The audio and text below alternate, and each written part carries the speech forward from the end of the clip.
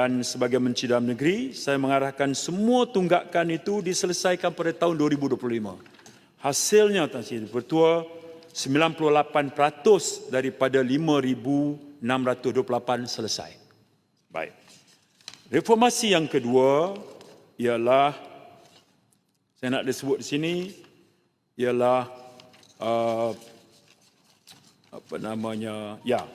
bagi isteri kepada warga negara.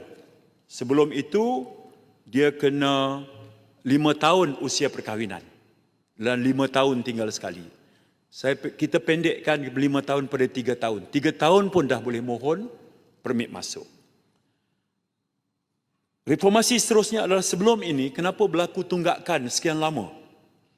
Kerana tak ada satu standard operating procedure. Sekarang kita adakan. Mulai 1 bulan 9 2025, semua permohonan baru permit masuk, KDN mengikat diri kami dalam piagam pelanggan ini 6 bulan mesti buat keputusan. Dulu 2013 tunggu, tak tahu hasil.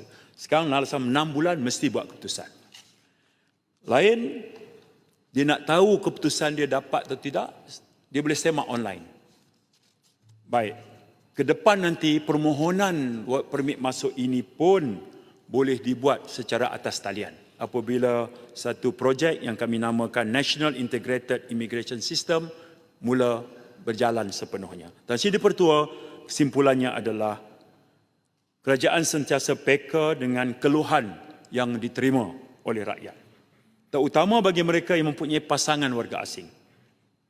Pada kementerian dan pada kerajaan, institusi kekeluargaan rakyat Malaysia yang mempunyai pasangan warga negara sentiasa terjaga, kebajikan anak-anak tidak terjejas dengan status ibu atau bapa mereka yang masih belum mendapat taraf pemusatan tetap.